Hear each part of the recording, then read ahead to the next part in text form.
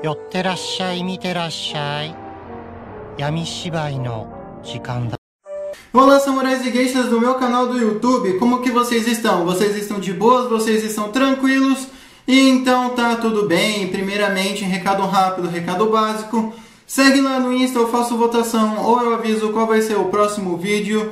Segundo recado, curte a página do canal no Face, eu faço postagens diárias, curiosidades rápidas, coisas que não dá pra ficar postando aqui no canal toda hora. E por último, mas não menos importante, eu vou deixar tanto no card quanto na descrição as últimas 5 teorias, beleza? E quem já puder dar aquele apoio logo no início, eu agradeço. E bem, como vocês estão vendo hoje, a teoria é: e se a Alemanha fosse um país socialista? E essa teoria não é uma teoria minha, e sim a teoria de um inscrito. E bem, para quem não conhece o quadro de teorias, eu pego fatos que poderiam ter dado certo, aí eu moldo de uma maneira plausível para que nossa teoria aconteça. Nada é assim, aconteceu porque eu quis, entende? E eu também sempre pego os 3 fatos mais importantes, mundialmente falando: Primeira Guerra Mundial, Segunda Guerra Mundial, Guerra Fria e por último a conclusão. Beleza? E eu sei que já tem uma teoria aqui, e se a Alemanha fosse um país comunista, tá? Mas aqui ele pediu especificamente o socialismo. Então, né, sem enrolação, que eu já enrolei demais, vamos direto ao vídeo. Bem, para quem não sabe, a Alemanha também já quase foi socialista, apesar de Rosa Luxemburgo e Karl, não sei pronunciar o sobrenome dele, meio que tipo assim, eles basicamente tinham os mesmos ideais, porém, né, a Rosa era uma comunista mais fervorosa e o Karl, apesar de ser comunista, ele não era alguém tão punho de ferro assim. Só que, obviamente, né, essa questão não aconteceu justamente por causa da Freikorps, né, que deu cabo dos dois. Então, então a Alemanha seguiu aí como uma república. Mas e se a Alemanha tivesse seguido aí como um país socialista? Então, vamos retornar aí ao final da Primeira Guerra Mundial, né? E as potências aí vencedoras, em vez de chamar o Kaiser, eles chamam aí a Rosa e o Karl, né, para decidir o futuro da Alemanha. Então, a partir desse 1919, né, eles conversam, tem o Tratado de Paris. E em 1920, né, e ainda em 1919, Karl e Rosa, eles acabam divergindo em algumas ideias, né? Então, eles vão divergindo cada vez mais, até que em 1920, né, Karl e Rosa, eles acabam se desentendendo de um modo geral, e começa uma guerra civil na Alemanha. E essa guerra civil vai pegar 3 polos: a Rosa, uma comunista fervorosa, Karl, um socialista mais moderado, e a Freikorps, né, que vai servir de contraponto aí nos dois. Então vamos lá. Primeiro, quem seria sustentado por quem? Vamos lá. A Rosa seria sustentada pela União Soviética, mas obviamente não diretamente, não com envio de soldados, mas sim com envios de armas. Pode ser que tivesse um conselheiro ou outro aí, e também com envio de dinheiro. Já o Karl, ele não seria sustentado por ninguém, mas no caso ele contaria com bastante pessoas, bastante voluntários russos, né? Os mencheviques aí, ou então russos que pegaram exílio em algum outro país, ou então que não gostam aí do comunismo como um todo. Já a Freikorps, ela poderia acabar sendo sustentada logisticamente com inteligência, arma e dinheiro pela França, pela Inglaterra e talvez aí pela Espanha. E quem sabe, por que não, Portugal? O que eu acho mais difícil, né? Mas eu acredito que França e Inglaterra seriam os principais aí aliados aí da Freikorps. Então, a partir desse momento, beleza, vai rolando uma guerra civil, né? Vão tendo diversas atrocidades, execuções, guerras de guerrilha. E em 1923, né, Karl, ele acaba ganhando aí a guerra civil alemã, transformando a Alemanha numa república socialista, ou então República Socialista Democrática da Alemanha, digamos assim. E a partir desse momento, né, as potências ficam de olho, a União Soviética também fica de olho, para ver como vai desenrolar. A União Soviética, né, faz de tudo para que o Karl vá aderir ao socialismo soviético, porém ele recusa Rosa, para não ser presa ou executada e seus seguidores, eles desertam aí para a União Soviética. Já a Freikorps, eles podem acabar ou ficando aí em uma zona de fronteira com a França, né, fazendo uma certa resistência, ainda continuando sendo apoiados pelos mesmos, ou então eles podem acabar vazando para a França, para a Inglaterra, para a Holanda. Provavelmente eles vão acabar vazando aí para algum país de língua germânica, Noruega, Finlândia, Suíça, Dinamarca. Pode ser provável que a Dinamarca aceite eles, né, com medo de que a Alemanha socialista pudesse acabar invadindo eles. Então, pode ser que a Dinamarca até mesmo ofereça um certo exílio, né, seja político, militar, enfim, né, para que também eles fiquem, né, na fronteira para defender os dinamarqueses aí, ou ajudar o exército dinamarquês em caso aí de uma invasão. Pode ser que eventualmente algum mercenário ou outro, né, da Freikorps aceitasse a fazer parte aí do exército da Alemanha socialista, né, exercendo os mesmos cargos, funções, ganhando o mesmo dinheiro, talvez um pouquinho a mais, né, para poder convencer eles. Então pode ser que 80% da Freikorps deserte aí pela Europa, e os outros 20% aí acabem ficando aí dentro da Alemanha mesmo, fazendo parte aí do Exército Socialista da Alemanha. Já em 1924, ok, né, o governo estaria se reorganizando, e a partir aí de 1925 até 1926, né, a França e a Inglaterra, vendo que a Alemanha socialista estava rearmando, estava reformando seu exército, comprando muitos equipamentos soviéticos, tendo muitas relações aí com a Rússia, eles até que poderiam fazer, de certa forma, aí uma intervenção, né, uma operação militar especial, como já dizia Putin, né, e como eles teriam fácil acesso pela fronteira francesa, que estaria dominado ali pela Freikorps, né, eu não estou falando que a Freikorps seria extinta naquele momento, até porque conhecemos, né, países que têm guerra civil, aí, por exemplo, a Birmânia, que, né, o exército está aí, já tem um tempão ocupando diversas áreas, ou então um exército de etnia chinesa ali no estado de Shan, que de certa forma ali é sustentado meio que pela China, então, né, isso daqui ainda está plausível.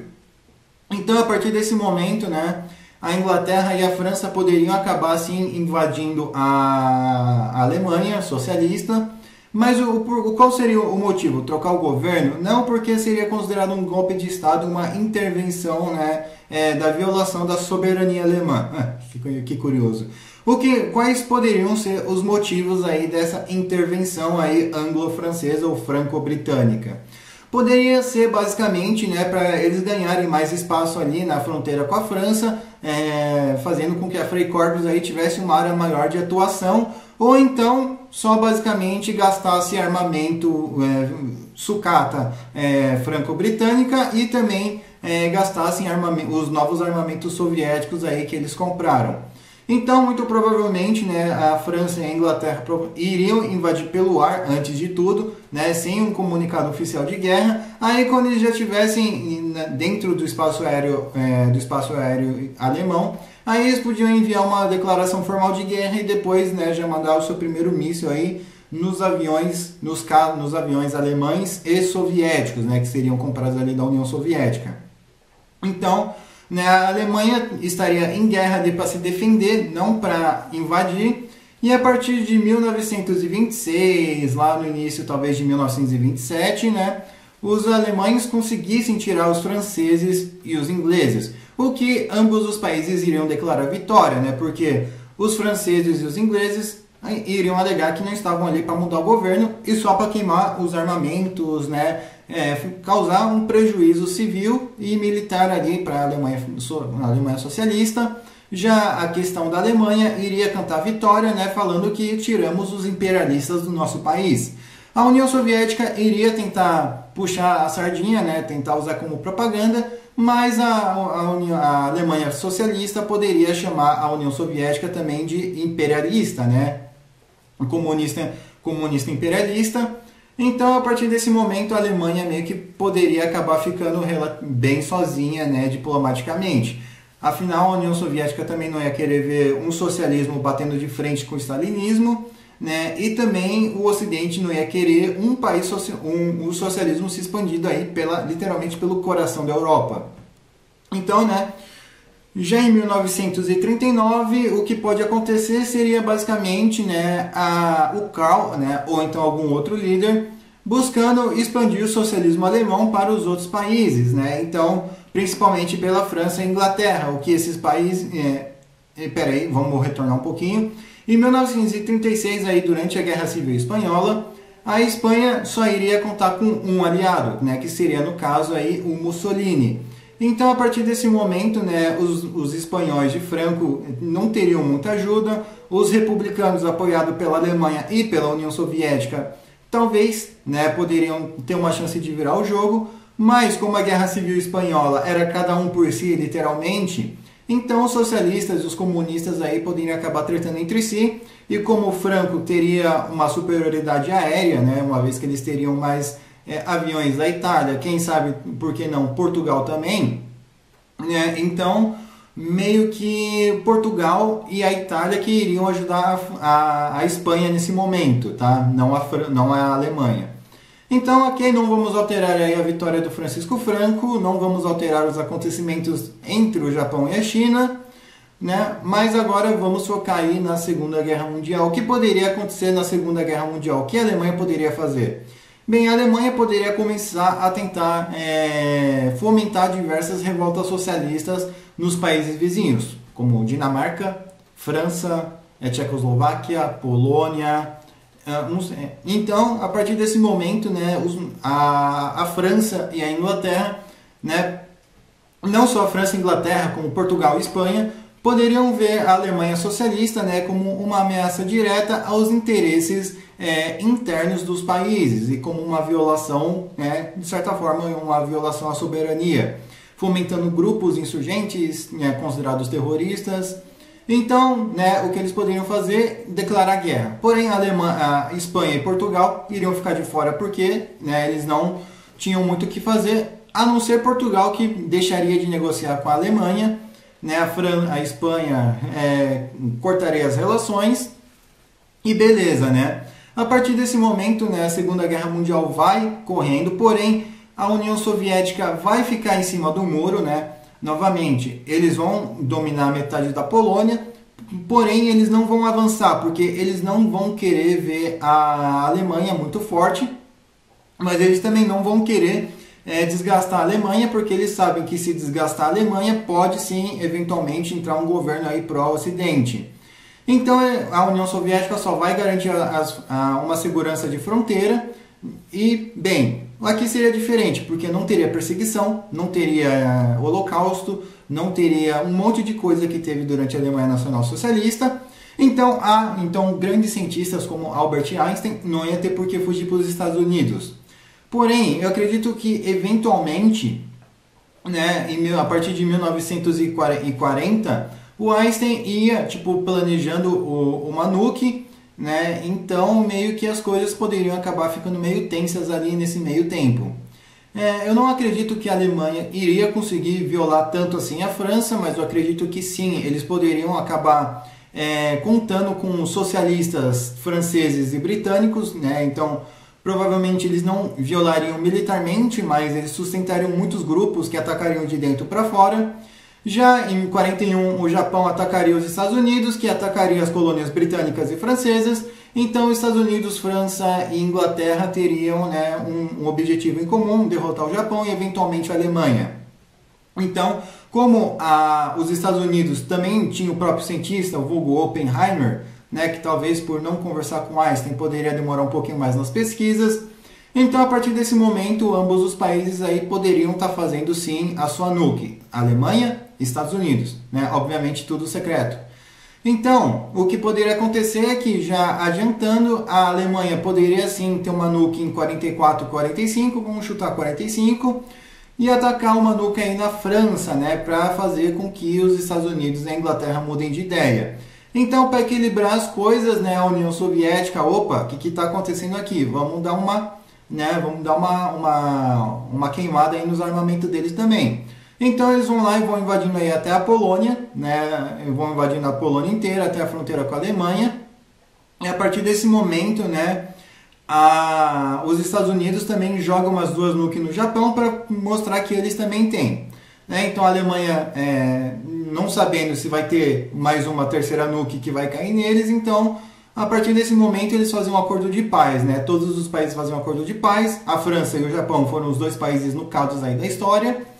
E bem, como não teve invasão ao território alemão, né, a Alemanha continua com seus governos, porém a Guerra Fria vai ser entre 3 blocos. Os blocos democráticos, França, Inglaterra e Estados Unidos, Coreia do Sul, Japão, enfim, né, União Soviética e Alemanha. Ou seja, e sem contar a China, né, que a China também, obviamente, iria estar meio que guerreando ali, né, enfim, não vamos alterar a China aqui também, coitada da China, esquecida aí, mas lembrei aí. Então, ok, a Guerra Fria poderia ser um negócio meio complicado, né, seria bem complicado, porque iria sim existir a OTAN, mas a OTAN seria algo que seria extremamente prioridade, seria de extrema importância, né? Porque teriam a União Soviética e a Alemanha. Mesmo que a Alemanha e a União Soviética não fossem lá aquelas coisas, né? Ainda assim eram 3 países socialistas: Iugoslávia, União Soviética e Alemanha. Só que eu acredito que a Alemanha seria mais no estilo Iugoslávia, mais na deles, negociando com todo mundo, mas ainda assim ambos os países aí sempre atentos. A União Europeia provavelmente também, se existisse, a Alemanha não estaria nela. E, né, a partir aí dos anos as coisas vão fluindo normalmente. A Alemanha seria um país que seria isolado, igual a Iugoslávia, né? Provavelmente eles poderiam sim eventualmente concordar com uma coisa ou outra aí da União Soviética, mas eu acredito que, né, na grande maioria das vezes a Alemanha socialista ia estar chamando a União Soviética de imperialista e, de certa forma, às vezes também até concordando com o Ocidente e sustentando grupos anti-soviéticos, como os afegãos, por exemplo.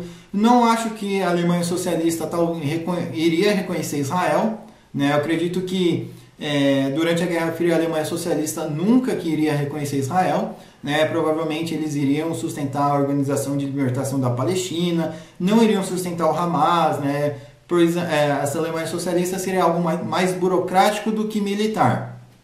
Então, né, já com o fim da União Soviética, vamos poder adiar aí para mais ou menos 1992, 93 por aí.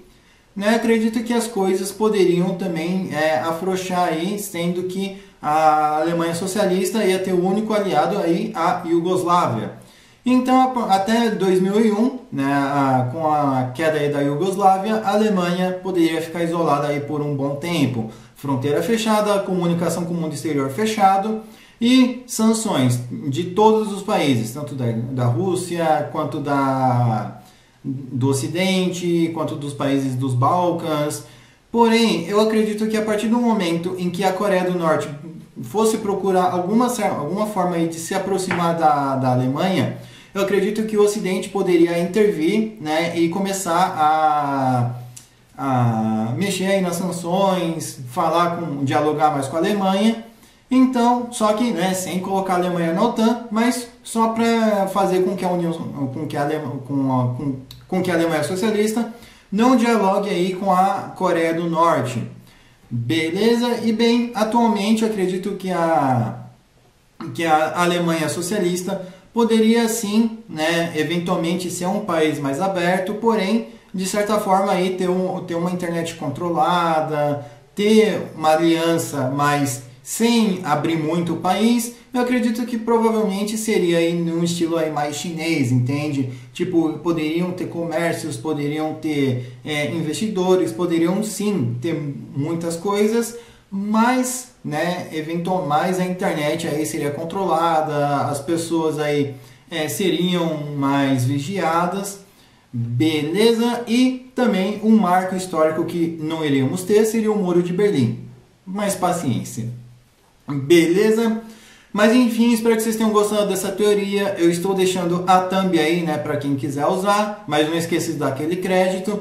Não se esqueça de curtir, compartilhar, se inscrever, curta essa teoria, comentem aqui o que vocês acharam, o que vocês acrescentariam, o que vocês removeriam. Comentem a teoria de vocês, eu demoro, mas eu faço. Não se esqueça de dar aquele apoio e quem puder, né, me seguir nas minhas redes sociais também, eu agradeço. Beleza? Enfim, passe esse vídeo para um amigo seu, para uma amiga sua, com uma pessoa se identifica. Falou e fui!